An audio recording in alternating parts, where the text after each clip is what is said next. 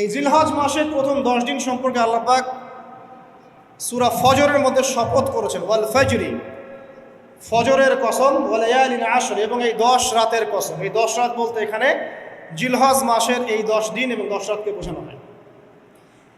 এর ফজিলত সম্পর্কে নবী সাল্লাল্লাহু আলাইহি ওয়াসাল্লাম একটা হাদিসে বলছেন, সহিহ বুখারীর হাদিস, ইবনে আব্বাস রাদিয়াল্লাহু আনহুমা থেকে বর্ণিত, নবী করিম সাল্লাল্লাহু আলাইহি ওয়াসাল্লাম বলেছেন যে মা মিন আইয়ামিন আমালু সালিহু ফীহিন্না আহাব্বু ইলাল্লাহ মিন হাযিহিল আইয়ামিল আশর।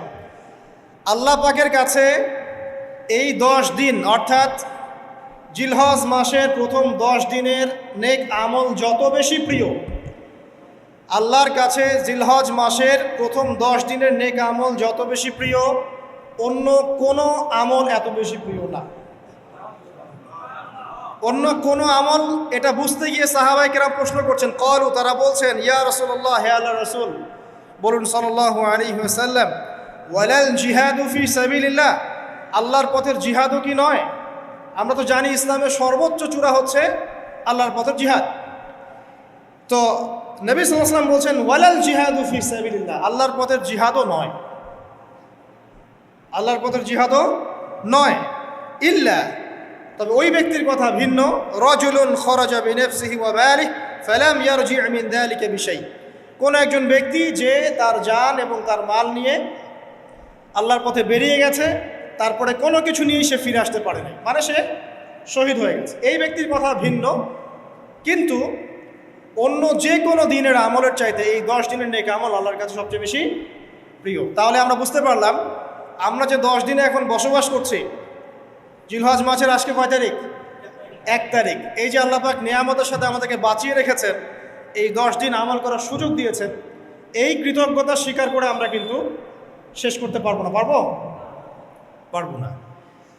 প্রশ্ন হচ্ছে যে এই 10টা দিন আমরা কিভাবে কাজে লাগাতে পারি। আমি সেদিকেই যাবো ইনশাল্লাহ। তার আগে এই দিনগুলো সম্পর্কে আর কয়েকটা ফজিলতের হাদিস শুনিয়ে দিচ্ছি। তিরমিজি, ইবনে মাজাহ, মিশকাতের 128 পৃষ্ঠায় একটা হাদিস এসেছে, আবু হুরায়রা রাদিয়াল্লাহু আনহু থেকে বর্ণিত, নবী করিম সাল্লাল্লাহু আলাইহি ওয়াসাল্লাম বলেছেন যে দিনসমূহের মধ্যে এমন কোনো দিন নাই, আল্লাহর দিনগুলোর মধ্যে এমন কোনো দিন নাই যেদিন ইবাদত করা আল্লাহর কাছে জিলহজের 10 দিনের ইবাদতের চেয়ে বেশি প্রিয়। কথা বুঝতে পারছেন? এরপরে নবী সাল্লাল্লাহু আলাইহি ওয়াসাল্লাম বলছেন, ইয়াদুলু সিয়ামু কুল্লি সিয়ামিন মিনহা বিসিয়ামি সানাতিন, এই 10 দিনের একটা সিয়াম বা একটা রোজা 1 বছর রোজা রাখার সমান।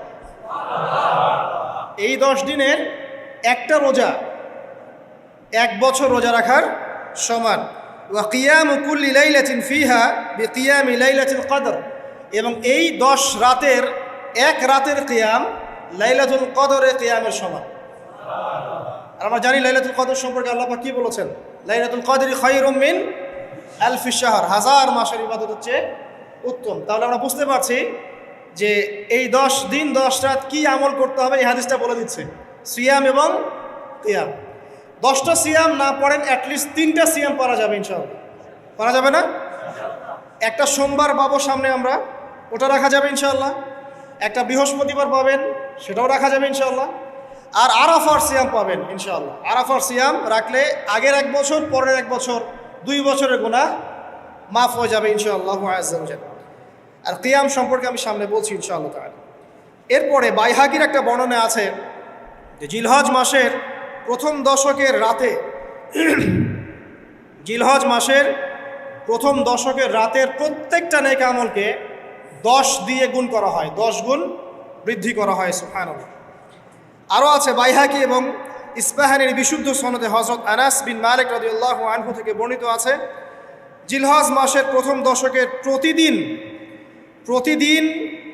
1000 দিনের সমান, মানে প্রতিদিনের আমল 1000 দিন আমলের সমান, এবং আরাফার দিনের মর্যাদা 10,000 দিনের সমান। আরাফার দিন যে ব্যক্তি ইবাদত করবে ইনশাআল্লাহ তাআলা, সে 10,000 দিন ইবাদতের নেকি পাবে ইনশাআল্লাহু আযজা ওয়া জাল্লা। তো প্রথম কি করতে হবে সেটা এই হাদিস থেকে বোঝা যাচ্ছে। হাদিসটা কি? উম্মে সালামা রাদিয়াল্লাহু আনহা থেকে বর্ণিত, নবী সাল্লাল্লাহু আলাইহি ওয়াসাল্লাম বলছেন যে জিলহজ মাসের চাঁদ যে ব্যক্তি দেখবে, সে যেন তার নখ এবং তার চুল এগুলো যেন আর না কাটে। চাঁদ দেখে ফেলেছেন, কুরবানি করা পর্যন্ত এখন চুল আর নখ যেন সে না কাটে। যদি না কাটেন তাহলে কি হবে? আপনি একটা পূর্ণাঙ্গ কুরবানির নেকি পাবেন ইনশাআল্লাহ। আর একটা কুরবানির নেকি কি জানেন? কুরবানির পশুর গায়ে যতগুলো লোমকূপ আছে ততগুলো নেকি আপনার আমলনামায় যুক্ত হবে ইনশাআল্লাহু আযজা ওয়া জাল্লা। এগুলো হাদিস। এখন আমরা প্র্যাকটিক্যাল কিছু কথায় আসি যে কিভাবে আমরা এই 10টা দিনকে কাজে লাগাতে পারি। আমি সবার আগে দোয়া করছি আল্লাহ পাক যেন আমাকে সবার আগে এর উপর আমল করা তৌফিক দান করেন, আমার পরিবারকে তৌফিক দান করেন, এবং অতঃপর আপনাদের সবাইকে যেন আল্লাহ পাক এই তৌফিক দান করেন, আমিন। 1 নাম্বার, যদিও কাজটা খুব ডিফিকাল্ট এবং এই যুগে এই জেনারেশনের জন্য কাজটা অনেক বেশি ডিফিকাল্ট, অলমোস্ট ইম্পসিবলের মতো, সেটা হচ্ছে এশার নামাজের পরপর ঘুমিয়ে যাওয়া। তাই না ভাই? এই কাজটা এখন কোয়াইট ইম্পসিবল, এশার নামাজের পরপর ঘুমিয়ে যাওয়া। কিন্তু চেষ্টা করতে হবে, আল্লাহ তৌফিক দান করুক, 10টা 11টার মধ্যেই যেন আমরা ঘুমিয়ে পড়তে পারি। আল্লাহ তৌফিক দান করুক। সবার আগে যেন আমাকে তৌফিক দান। কোনো কোনো রাত এমনও কেটে যায় ফজরের নামাজ পড়তে হবে জন্য সারা রাত জেগে থাকতে হচ্ছে। আর আমাদের সময়ে বারাকা কমে গেছে, জানেন? আমাদের সময়ের মধ্যে বারাকা কমে গেছে, এটাও কিয়ামতের সাইন। নবী সাল্লাল্লাহু আলাইহি ওয়াসাল্লাম বলেছিলেন কিয়ামতের আগে আগে একটা বছর একটা মাসের মতো চলে যাবে, একটা মাস একটা সপ্তাহের মতো যাবে, একটা সপ্তাহ একটা দিনের মতো চলে যাবে, একটা দিন একটা ঘন্টার মতো চলে যাবে। তাই হচ্ছে না এখন? এই 7 দিন আগে আমরা জুমা পড়লাম, দেখেন 7 দিন। এই যে গত কয়দিন আগেই আপনি কুরবানির পশু জবাই করলেন, আবার কুরবানির ঈদ আপনার সামনে। সময় খুব দ্রুত চলে যাচ্ছে, আমরা বুঝতে পারছি না। এর কারণ হচ্ছে, একটা কারণ আমি ফাইন্ড আউট করেছি, এটা হচ্ছে আমরা এখন ফজরের সলাতটাকে জামায়াতে গুরুত্ব দিচ্ছি না, এবং ফজরের নামাজের পর থেকে আমরা জেগে থাকছি না। অনেকেই, বেশিরভাগই যারা থাকছে আলহামদুলিল্লাহ। এই কারণে ওই যে বরকতময় সময়টা সকালে, এটা আমরা পাচ্ছি না। এই কারণে দিনটা আমাদের ছোট হয়ে আসছে, দিনে কাজগুলো আমরা শেষ করতে পারছি না, রাত জাগতে হচ্ছে। আর রাত জাগলে তো ফজরে ওঠা সম্ভব হচ্ছে না। সো এই সমস্যাটা হচ্ছে ফজর কেন্দ্রিক, ফজরটাকে গুরুত্ব দিতে হবে সবচেয়ে বেশি। আল্লাহ পাক আমাকে তৌফিক দেখ, আপনাদের সবাইকে তৌফিক দান। এই 10টা দিন আমরা প্র্যাকটিস করবো ইনশাআল্লাহ। রমাদান মাসে আমরা যেমন প্র্যাকটিস করেছিলাম 1 মাস আল্লাহর আনুগত্যের, এই 10টা দিন উৎসবের উৎসাহ নিয়ে আমরা আবার প্র্যাকটিস করবো ইনশাআল্লাহু আযজা ওয়া জাল। আর এই বিষয়গুলো বেশি বেশি প্রচার করবেন অনলাইনে, কারণ আমাদের জাতিটা, আমি জানি না সৌভাগ্য না দুর্ভাগ্য, আমরা খুব ইস্যু পাগল জাতি। ইস্যু একটা ধরিয়ে দিবেন, এটা নিয়ে রাস্তা থাকবে, যে কোনো ইস্যু। নবী সাল্লাল্লাহু আলাইহি ওয়াসাল্লামকে অবমাননা করা হয়েছিল, এখন কয়জনের মনে আছে? মনে আছে কয়জনের? তারপরে ইস্যু চলে আসলো বন্যা, এখন কয়জনের মনে আছে যে বন্যা হয়েছিল? এখন আছে সেতু, এটা নিয়ে সবাই কথাবার্তা বলছে। এরপরে দেখবেন আরেকটা নতুন ইস্যু, সেতুর কথা মানুষ ভুলে যাবে। আমরা কেন জানি সাইকোলজিক্যালি এমন হয়ে গেছে যে ইস্যু একটা ধরিয়ে দিলেই 5 দিন 7 দিন 10 দিন কথা বলতে থাকি, আবার ইস্যুও শেষ, কথা বলাও শেষ, মানুষ ভুলে যায়। তো এই কারণে মনে করিয়ে দেওয়ার স্বার্থে জিলহজের 10 দিনের ফজিলত আমাদের সবাইকে মনে করিয়ে দেওয়া লাগবে, ঠিক আছে? অনলাইন অফলাইনে সবাই প্রচার করবেন। এই 10 দিন নেক আমলের জন্য একটা উৎসবের উপহার আল্লাহর পক্ষ থেকে। এই 10টা দিন যেন আমরা আল্লাহর পক্ষ থেকে এই উপহারকে কাজে লাগাই, বেশি বেশি নেক আমল করি, পরকালকে গুছিয়ে নিই। পারবো না ইনশাআল্লাহ? ইনশাআল্লাহ। প্রথম কাজ, আর্লি ঘুমিয়ে যাওয়ার চেষ্টা করা। 2 নাম্বার, ফজরের নামাজের মিনিমাম আধা ঘন্টা আগে ঘুম থেকে ওঠার চেষ্টা করা। ফজরের নামাজ কয়টা আপনাদের এখানে? 4:30টায়। 4টা বা 4:45টায় ওঠার চেষ্টা করতে হবে। আল্লাহ পাক তৌফিক দান করুন। ওযু ইস্তেঞ্জা করার পরে মিনিমাম 2 থেকে 4 রাকাত নফল নামাজ পড়বে, মিনিমাম 2 থেকে 4 রাকাত নফল নামাজ পড়বে। আমরা জানি যে আমরা নবী সাল্লাল্লাহু আলাইহি ওয়াসাল্লামের মতো তাহাজ্জুদ করতে পারবো না, পারবেন?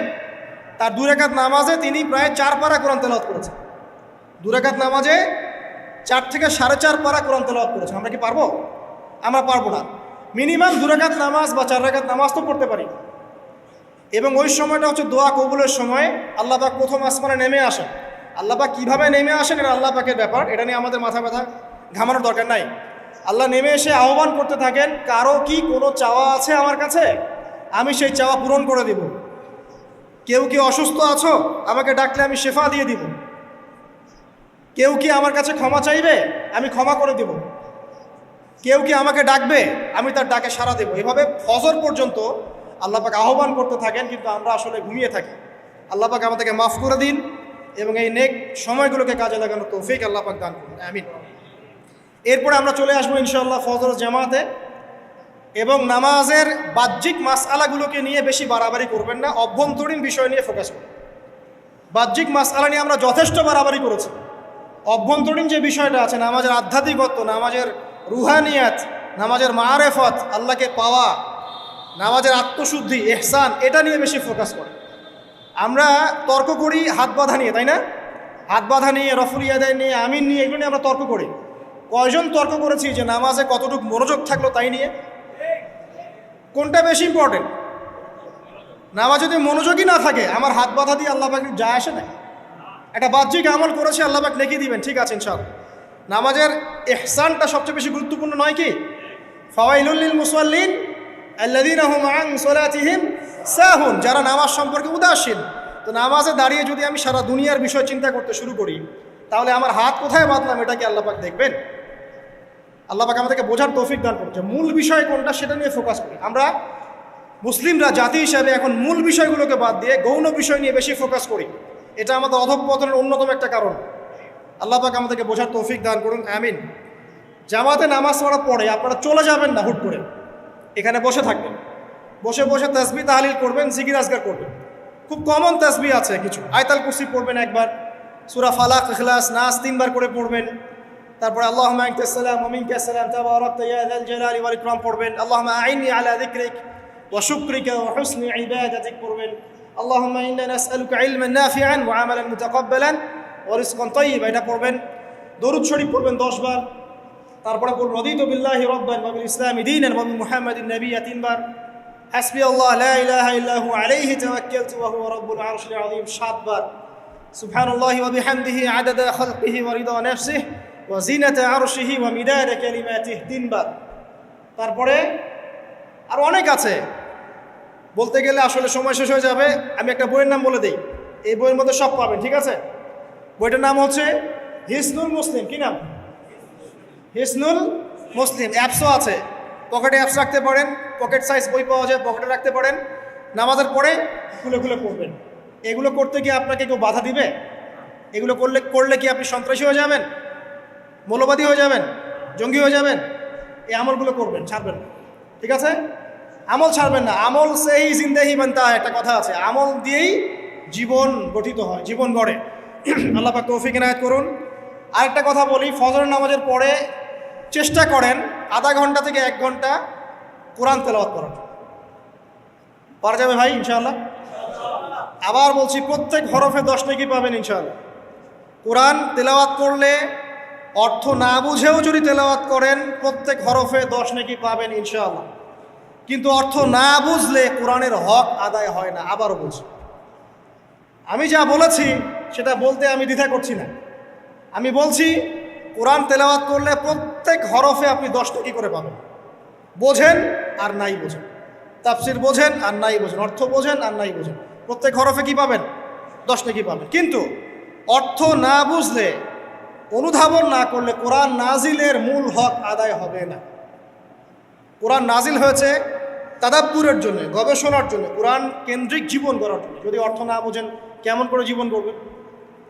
আর যতটুকু বুঝবো আলহামদুলিল্লাহ, যেটা বুঝবো না ওলামায়ে কেরামের কাছে যাবো, জিজ্ঞাসা করবো, জেনে নেবো, সিম্পল। আমি তো আর সব বুঝবো না, বুঝবো? আমি তো সব বুঝতে পারবো না। যেটা বুঝবো না আলেমদের কাছে জিজ্ঞাসা করে নেব।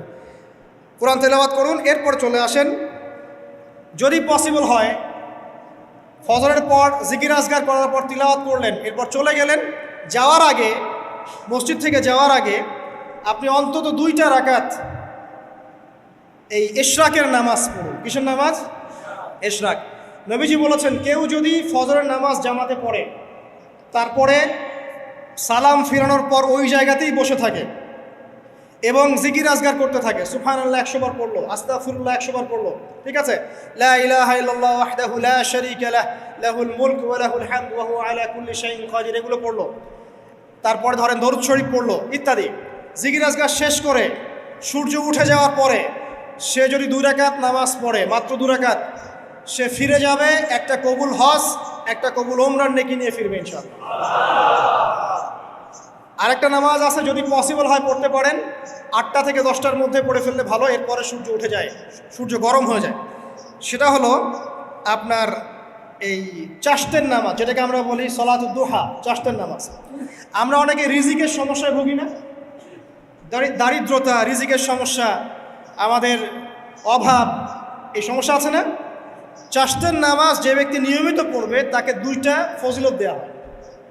কয়টা ফজিলত? চাষ্টের নামাজ যে ব্যক্তি নিয়মিত পড়ে তার 2টা স্পেশাল ফজিলত। এক, তাকে দ্বীনের জ্ঞান দেওয়া হবে, ইলম মুখস্থ ক্ষমতা দেওয়া হবে। আপনি হিফজ ক্ষমতা বেড়ে যাবে, কোরআন সুন্নাহ মুখস্থ রাখতে পারবেন ভালো ইনশাআল্লাহ, আল্লাহর পক্ষ থেকে বুঝ দেওয়া হবে। আরেকটা হচ্ছে আপনার দারিদ্রতা আল্লাহ পাক দূর করে দেবে। এগুলো পরীক্ষিত আমল ভাই, এগুলো গাল গল্প বলছি না, এগুলো পরীক্ষিত। আরেকটা আছে, সূরা ওয়াকিয়া রাতে তেলাওয়াত করেন, সূরা ইযা ওয়াকাআতিল ওয়াকিয়া লাইসা লিওয়াকাআতিহা কাযিবা, এই সূরাটা আপনি তেলাওয়াত করেন, দেখবেন দারিদ্রতা চলে যাবে ইনশাআল্লাহ আযজা ওয়া জাল্লা, চলে যাবেই ইনশাআল্লাহ। এবার আসুন কোরআন তেলাওয়াত নিয়ে 2টা কথা বলে দিই। কিছু কিছু সূরার কিছু কিছু অংশ মুখস্থ করে ফেলার চেষ্টা করুন। প্রত্যেক দিন এই অংশটুকু আপনি নিজে তেলাওয়াত করবেন। ফর এক্সাম্পল, সূরা বাকারার প্রথম 5টা আয়াত, তারপরে আয়াতুল কুরসি 255 নম্বর আয়াত, সূরা বাকারার শেষের 3টে আয়াত, সূরাতুল আলে ইমরান শেষের 10 আয়াত, সূরা কাহাফ প্রথম 10 শেষের 10, সূরা মুমিনুন শেষের 5-7টা আয়াত, সূরা তাওবার শেষ পৃষ্ঠা, সূরা আহজাবের শেষ পৃষ্ঠা, সূরা ফালাক, সূরা নাস, সূরা ইখলাস, সূরা কাফিরুন, সূরা জিন এর প্রথম 10টা 20টা আয়াত, এছাড়া আরও সূরা হাশর শেষের 5-7টা আয়াত। এগুলো মুখস্থ করে ফেলেন, প্রতিদিন এগুলো আপনি চর্চা করুন, পারবেন ইনশাআল্লাহ। প্রত্যেক দিন যদি কোরআন তেলাওয়াত করেন একটা নেকি আছে, একটা ফজিলত স্পেশাল, সেটা হলো কোরআন কিয়ামতের মাঠে আপনার পক্ষে সুপারিশ করবে। আর কোরআন যার পক্ষে সুপারিশ করবে ইনশাআল্লাহ তাআলা সে জান্নাতে চলে যাবেই ইনশাআল্লাহ। আর কোরআন যার বিপক্ষে সুপারিশ করবে তার কি জান্নাতে যাওয়ার কোনো সুযোগ আছে ভাই? আল্লাহ বোঝার তৌফিক দেখ, আমিন। চাষ্টের পরে বাকি যে নামাজগুলো আছে, যোহর, আসর, মাগরিব, এশা, এগুলো আমরা জামায়াতে আদায় করার চেষ্টা করবো ইনশাআল্লাহ আজ্জা ওয়া জাল্লা। আল্লাহ পাক আমাদের সবাইকে তৌফিক দান করুন। আজকে জুমার নামাজে আমরা যেমন সবাই এসেছি, একইভাবে যেন আসর, মাগরিব, এশাতেও সবাই আসতে পারি, এই নিয়াত আমরা পাকাপোক্ত করি। যদি জামাত না পান, ঘুমিয়ে থাকেন বা ভুলে যান, যখনই ঘুম থেকে উঠবেন তখনই নামাজ, যখনই ঘুম থেকে উঠবেন তখনই নামাজ। যদি ভুলে যান, মনে হবে তখনই নামাজ। ঘুমিয়েছিলেন, ফজর হয়ে গেছে, 8টা বেজে গেছে, উঠবেন, আগে ফজরের নামাজ কাজা করবেন, তারপরে অন্য কিছু।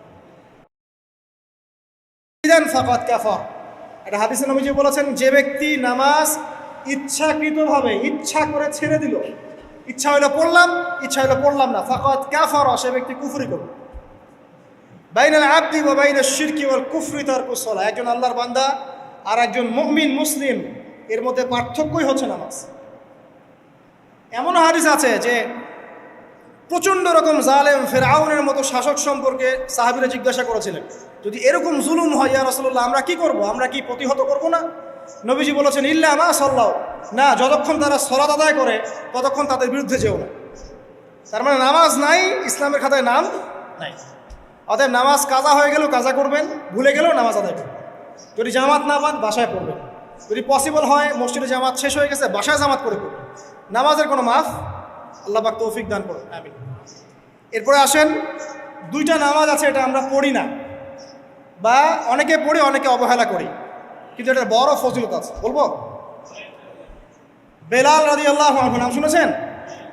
যখনই নবী সাল্লাল্লাহু আলাইহি ওয়াসাল্লাম জান্নাতে যেতেন, মানে জান্নাত আল্লাহ পাক তাকে দেখাতেন, তখনই তিনি তার বেলাল রাদিয়াল্লাহু আনহুর পায়ের শব্দ শুনতে পারতেন। বেলাল রাদিয়াল্লাহু আনহুর পায়ের শব্দ তিনি শুনতে পারতেন। আর একজন যোগ্য নেতা যিনি, তিনি তার অনুসারীর পায়ের শব্দও চিনেন। কথা বুঝতে পারছেন? আচ্ছা, গলার ভয়েসও চিনেন। তো বেলাল রাদিয়াল্লাহু আনহুকে তিনি জিজ্ঞাসা করলেন, হে বেলাল, তুমি কি এমন আমল করো যার ফলশ্রুতিতে তুমি জান্নাতে আমার সামনে সামনে হাঁটছো? সুবহানাল্লাহ। কোন বেলাল? যিনি একজন কৃতদাস ছিলেন, নিগ্রো, কালো, দেখতে হয়তো আপনার আমার মতো সুন্দর না, তাই না? আফ্রিকান মানুষ, যাকে ওই যে রোদের মধ্যে শুয়ে পিটানো হয়েছিল, হয়নি? সেই বেলাল রাদিয়াল্লাহু আনহু, সুবহানাল্লাহ। তখন তিনি বলছেন, ইয়া রাসূলুল্লাহ, আমি তো এমন কোনো আমল করি না, আপনারা যা করেন তাই করি, তবে যখনই আমার অজু ছুটে যায়, অজু ভেঙে যায়, আমি তখনই অজু করি, আর সেই অজু দিয়ে আমি 2 রাকাত নামাজ পড়ি। এই নামাজটাকে কি বলে? তাহিয়াতুল ওযু। এই তাহিয়াতুল ওযুটা আমরা আদায় করার চেষ্টা করবো, আল্লাহ পাক তৌফিক দান করুন। আরেকটা আছে তাহিয়াতুল মসজিদ। দেখবেন অনেকেই মসজিদে আসি আমরা ধাপ করে বসে পড়ি, তাই না? আসলে কিন্তু মসজিদে এসে 2 রাকাত নামাজ পড়ে বসা সুন্নাত। মসজিদে একটা হক আছে, মসজিদে আসলেন 2 রাকাত নামাজ পড়লেন, সংক্ষিপ্ত আকারে পড়লেন, পড়ে বসবেন, এটা করা উচিত। আল্লাহ পাক তৌফিক ইনায়াত করুন, আমিন। এরপরে আসেন, এই 10 দিন কি করব আমরা? এগুলোর পাশাপাশি বেশি বেশি তাকবীর দিবেন। তাকবীর মানে আল্লাহু আকবার, আল্লাহু আকবার, লা ইলাহা ইল্লাল্লাহ, আল্লাহু আকবার, আল্লাহু আকবার, ওয়ালিল্লাহিল হামদ। সাহাবীদের মধ্যে আবু হুরায়রা রাদিয়াল্লাহু আনহু, আব্দুল্লাহ ইবনে আব্বাস, আব্দুল্লাহ বিন ওমর, এই বিখ্যাত সাহাবীরা যখন এই 10 দিনে উপস্থিত হতেন, তারা বাজারে গেলেও তারা বাজারে গিয়ে তাকবীর দিতেন জোরে জোরে। অন্য সবাই শুনে সবাই তাকবীর দিত, তাহলে সমস্বরে তাকবীর হতো। এই সুন্নাহটা চালু করা যেতে পারে। আল্লাহ পাক আমরা সবাইকে তাকবীর দেওয়ার তৌফিক দান করুন, আমিন। এরপর এই 10 দিন আমরা বেশি বেশি যে কাজটা করার চেষ্টা করবো সেটা হলো তওবা। বেশি থেকে বেশি তওবা করার চেষ্টা করা উচিত। আর তওবা মানে শুধু আস্তাগফিরুল্লাহ ওয়া আতুবু ইলাইহি পড়া নয়। তওবার 2টো ভাগ আছে। কবিরা গুনার জন্য একরকম তওবা, আর সগীরা গুনাহ এমনি এমনি মাফ হয়ে যায়। সগীরা গুনার জন্য একটা সগীরা গুনাহ হয়েছে, আপনি একটা ভালো কাজ করলেন, আগের গুনাহ মাফ। একটা গুনাহ হয়েছে, আপনি ওযু করলেন, চোখের হাতের সব গুনাহ মাফ। একটা গুনাহ হয়েছে, আপনি সদকা করলেন, গুনাহ মাফ। মানে গুনাহ মাফের অনেক সুযোগ আছে, কিন্তু কবিরা গুনাহ মাফের শর্ত আছে। শর্ত কি? 1 নাম্বার, পাক্কা নিয়াত করা যে আর কোনোদিন এই কাজটা করবো না ইনশাআল্লাহ। 2 নাম্বার, ইচ্ছা করে ওই পাপে আর লিপ্ত না হওয়া। এবং 3 নাম্বার, নিজে এই পাপের জন্য কান্নাকাটি করা, অনুতপ্ত থাকা, তাহলে ইনশাআল্লাহ মাফ হয়ে যাবে। আরেকটা শর্ত আছে, যদি পাপটা অন্য কারোর সাথে সম্পৃক্ত হয়, যেমন ধরেন কারো টাকা মেরে দিয়েছেন, টাকা শোধ করেন নাই, যেটা আমাদের সমাজের ট্রেডিশন হয়ে গেছে এখন। জমি মেরে দিয়েছেন, শোধ করছেন না, মান সম্মানের হানি করছেন, মিথ্যা অপবাদ দিচ্ছেন। হ্যাঁ, এক কথায় মানুষের সাথে সম্পৃক্ত হও, মানুষের ক্ষতি করেছেন আপনি, তখন কি করতে হবে? তখন ওই মানুষের কাছে গিয়ে ক্ষমা নিতে হবে। খুব ডিফিকাল্ট, এবং এটার জন্য একটা বড় মনের দরকার আছে, মনের স্বচ্ছতার দরকার আছে। ভাই, আমি তোমার টাকা ধার নিয়েছিলাম, দেই নাই, এই নাও টাকা, শোধ করে দিলাম। ভাই, আমি তোমাকে ভালো মন্দ বলেছিলাম, তোমার গীবত করেছি, আল্লাহ তোমাকে মাফ করে দেয়, তুমি আমাকে মাফ করে দাও। খুব ডিফিকাল্ট না এগুলা করতে হলে বড় মন লাগবে। আর যদি এগুলো আমরা না করতে পারি তাহলে সমস্যা আছে। কিয়ামতের মাঠে আল্লাহ পাক ধরবেন, এবং যারা হকগ্রস্ত এদেরকে দাঁড় করাবেন। কিয়ামতের মাঠে নিজের নেকি তাকে দিয়ে ঋণ শোধ করতে হবে, অথবা তার গুনাহ নিজের আমল নামে নিয়ে ঋণ শোধ করতে হবে। কোনটা বেটার বলেন? দুনিয়াতে ছোট হওয়া না পরকালে ছোট হওয়া? তাই আমরা সবাই সবার কাছে মাফ চেয়ে নেই যে আল্লাহ পাক আমাদের সবাইকে মাফ করে দেখ। যদি আমি আপনাকে কষ্ট দিই, আপনি আমাকে মাফ করে দেন। যদি আপনি আমাকে কষ্ট দিয়ে থাকেন, আমি আপনাকে মাফ করে দিলাম। এই বিষয়ে চলে আসেন, আল্লাহ পাক তৌফিক দান করুন, আমিন। আর একটা তওবা করুন, আস্তাগফিরুল্লাহাল্লাযী লা ইলাহা ইল্লা হুয়াল হাইয়ুল কাইয়্যুম ওয়া আতুবু ইলাইহি। দিনে 70 বার বা 100 বার, দিনে 70 বার বা 100 বার। যদি না পারেন, অ্যাটলিস্ট এতটুকু বলবেন, আস্তাগফিরুল্লাহ ওয়া আতুবু ইলাইহি, আস্তাগফিরুল্লাহ ওয়া আতুবু ইলাইহি, 70 বার বা 100 বার। এরপরে আসেন, এই 10 দিনের অন্যতম একটা আমল হতে পারে সওম রাখা। যদি পারি এই 10টা দিন সওম রাখবো, যারা পারছি না মিনিমাম 3টা 4টা 5টা অ্যাটলিস্ট রাখবো। আর যারা সেটাও পারছি না, কমপক্ষে আরাফার দিনের সিয়ামটা যেন মিস না যায়, ঠিক আছে? আরাফার দিনের সওম যেন মিস না যায়। আল্লাহ পাক তৌফিক ইনায়াত করুন সবাইকে, আমিন। আরাফার দিনের সওম বিগত 1 বছর, আগামী 1 বছরের গুনাহ মাফের কারণ হয়ে যাবে ইনশাআল্লাহ। যত গুনাহ আমরা করেছি 1 বছরে, আরাফার সওম রাখতে সমস্ত গুনাহ মাফ হয়ে যাবে। একটা হাদিসে পড়েছিলাম, ইবলিস আরাফার দিনে সবচাইতে বেশি অনুতপ্ত হয়, মানে হতাশায় ভোগে। একটু আগে বললাম না, ইবলিস আমাদের প্রতিবন্ধকতা, সে সবচেয়ে বেশি হতাশায় ভোগে আরাফার দিনে। আরাফার দিনে আল্লাহ পাক কাছাকাছি চলে আসেন, রহমত নাজিল হতে থাকে, সেটা দেখতে পারে। এবং আরাফার দিনে আল্লাহ পাক যত মানুষকে মাফ করে দেন এবং জাহান্নাম থেকে মুক্তি দেন, তা অন্য কোনো দিনে করেন। অগণিত অসংখ্য মানুষকে আল্লাহ পাক আরাফার দিনে মাফ করে দেবেন ইনশাআল্লাহ। অতএব এই দিন সওম রাখতে হবে। কারা সওম রাখবে? যারা হজ করছে না তারা রাখবে, মানে আমরা যারা হজ করতে যেতে পারিনি এবার, তারা রাখবো ইনশাআল্লাহ তাআলা। এছাড়া বেশি বেশি সওম রাখার চেষ্টা করা উচিত এই 10 দিন। ফজিলত একটা হাদিস একটু আগে বলেছি, একটা সওম আপনার কি হবে? 1 বছর সওমের নেকি পাওয়া যাবে ইনশাআল্লাহ তাআলা। হজ এবং উমরা করা, যারা এই 10 দিনে হজ উমরা সুযোগ পেয়েছে তারা আল্লাহ পাকের মেহমান। আমরা দোয়া করবো আল্লাহ পাক তাদের সবাইকে সুস্থতার সাথে হজ করা তৌফিক দান করুন, এবং আমাদেরকেও জীবনে অন্তত একটাবার হলেও মাকবুল হজ করা তৌফিক আল্লাহ পাক দান করুন, আমিন। এবং একটা হাদিস এসেছে, যে ব্যক্তি বিশুদ্ধভাবে হজ করতে পারে, মাকবুল হজ, মাবরুর হজ, সেই ব্যক্তি ওই দিনের মতো নিষ্পাপ হয়ে যাবে যেদিন তার মা তাকে প্রসব করেছিল। আরও একটা কাজ আছে এই 10 দিনে, সেটা হলো ঈদ উল আজহা এবং কোরবানি। ইনশাআল্লাহ তাআলা নেক্সট যে খুতবা আসবে সেই খুতবায় আমরা কোরবানি, এর মর্ম, এর গভীরতা, এর শিক্ষা নিয়ে আলোচনা করবো ইনশাআল্লাহ। তবে কোরবানির সামনে আছে, এই 10 দিনের মধ্যে আমরা পশু কিনবো। পশু কেনার সময় আপনি আপনার সামর্থ্যের সেরাটা কিনবেন, এবং পশুকে কেন্দ্র করে কোনো রকম শো অফ করবেন না। আমারটা 1,60,000, আমারটা 1,80,000, কত ভাই এত গলায় লটকিয়ে দেওয়া, এইসব কাজ করতে যাবেন, ঠিক আছে? কিন্তু পশুকে আপনি মহব্বত করবেন, পশুকে নিজ হাতে খাওয়াবেন, পানি পান করাবেন, যাতে তার প্রতি আপনার মহব্বত সৃষ্টি হয়, এবং এই মহব্বতের প্রাণীটাকে আপনাকে কুরবানি দিতে হবে। মনে রাখবেন, যিনি কুরবানি দিচ্ছেন তিনি যেন একজন ইসমাইল আলাইহিস সালাম, যাকে কুরবানি দেওয়া হচ্ছে সে যেন যিনি কুরবানি দিচ্ছেন তিনি যেন একজন ইব্রাহিম আলাইহিস সালাম, আর যাকে কুরবানি দেয়া হচ্ছে সে যেন একটা ইসমাইল আলাইহিস সালাম। সবচেয়ে প্রিয় বস্তুটাকে কুরবানি করতে হবে। এই জন্যে আপনি আপনার সামর্থ্যের সেরাটা কিনবেন। এখানে অনেক মাসআলা আছে, আমি মাসআলাগুলো দিতে যাচ্ছি না। অনেক বড় বড় আলেম ওলামা আছেন, তাদের শরণাপন্ন হয়ে আপনারা এগুলোর মাসআলা নিয়ে নেবেন, ঠিক আছে? তবে আমি একটা বিষয় বলবো, খালি কুরবানিকে কেন্দ্র করে কোনো রকম রিয়া, অহংকার, লোক দেখানো কাজ করতে চান এবং পরিবেশ দূষণ হয় এমন কোনো কাজ করতে হবে। জাস্ট ইসলামের সৌন্দর্য ফুটিয়ে তুলবেন, এর যে হক, মিসকিনের হক, আত্মীয়দের হক, এটা ঠিকঠাক মতো আদায় করবেন। এখানকার গোশত, রক্ত, মাংস কোনো কিছু আল্লাহর কাছে যাবে না, শুধুমাত্র আমার বিশুদ্ধ ইখলাসটাই আল্লাহর কাছে যাবে। অতএব এটা মনে রেখে কুরবানি করা উচিত। আল্লাহ পাক তৌফিক ইনায়াত করুন, আমিন। ইনশাআল্লাহ কুরবানির গভীর শিক্ষা সম্পর্কে আগামী জুমায় কথা হবে। আর সর্বশেষ কথা হলো যে এই কাজগুলো, কোরবানি বলেন, এই যে নামাজ, তাসবিহ, তাহলিল, কোরআন তেলাওয়াত, তওবা, তাকবীর, সওম, এই যে কাজগুলো, এই কাজগুলো পারিবারিকভাবে এবং সামাজিকভাবে করার চেষ্টা করে, তাহলে ইসলামিক সংস্কৃতি, হৃদ্যতা, ভালোবাসা ফুটে উঠবে। ইসলামের সৌন্দর্য অমুসলিমদের কাছে পরিস্ফুটিত হবে। ইনশাআল্লাহ দেখবেন এই সৌন্দর্য দেখে তারা ইসলামের পথে ফিরে আসবে ইনশাআল্লাহ। এবং আল্লাহ রাব্বুল আলামিন এই সুযোগটা কাজে লাগিয়ে আমরা যেন আমাদের বিগত গুনাহগুলো মাফ করিয়ে নিতে পারি, বেশি বেশি নেক আমল করতে পারি, এই 10টা দিন কাজে লাগাতে পারি। আল্লাহ পাক আমাদের সবাইকে সে তৌফিক ইনায়াত করুন, আমিন।